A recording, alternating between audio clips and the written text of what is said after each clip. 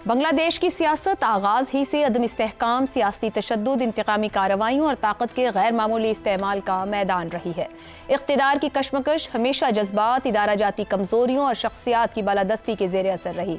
मुल्क की सियासी तारीख में सबसे ताकतवर और मुतनाज़े किरदारों में साबिक वज़ीर आज़म शेख हसीना वाजिद का नाम नुमाया है, जिन्होंने करीबन 19 बरस मजमूई तौर पर हुकूमत की और इस दौरान न सिर्फ मजबूत सियासी गिरफ्त बरकरार रखी बल्कि अपने मुखालिफिन के खिलाफ सख्त इक़दामात की पॉलिसी भी इख्तियार की। हालिया बरसों में बांग्लादेश में सियासी कशीदगी उस वक्त नुक्ता उरूज पर पहुंच गई जब 2024 के पुरतशद्दुद मुजाहिरों के बाद सूरत हाल तशवीशनाक रुख इख्तियार कर गई।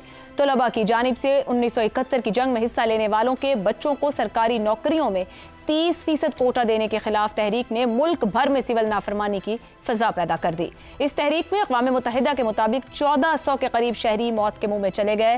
तलबा की इस तहरीक की क़यादत मुख्तलिफ स्टूडेंट्स ग्रुप्स और यूनिवर्सिटी यूनियंस ने की, जिन्होंने बाकी सियासी जमातों के मुकाबले में गैर मामूली स्ट्रीट पार दिखाई। इस पस मंज़र में इंटरनेशनल क्राइम्स ट्रिब्यूनल ने आज साबिक वज़ीर आज़म शेख हसीना वाजिद को इंसानियत के खिलाफ जराइम के मुकदमे में सजाए मौत सुनाई है।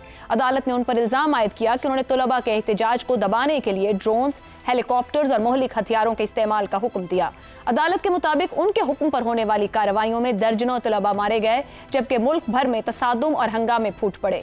फैसले के वक्त उनके घर के बाहर एहतजाज जारी था, जबकि हसीना और साबिक वज़ीर दाखिला मफरूर करार दिए गए हैं। हसीना अगस्त 2024 में पुरतशद्दुद वाक़यात के बाद भारत फरार हो गई थी। बांग्लादेश की सियासत में इस वक्त अहम जमातों में अवामी लीग, जिसकी सरगर्मियों पर पाबंदी है, BNP और जमात इस्लामी शामिल हैं, जबकि नई उभरती हुई तलबा तहरीक भी एक ताकतवर प्रेशर ग्रुप के तौर पर मौजूद है। मुल्क में मौजूदा अबूरी हुकूमत डॉक्टर मोहम्मद यूनुस की ज़ेर क़यादत चल रही है, जो शफाफ इंतखाबात और सियासी इस्तेहकाम के दावे कर रही है।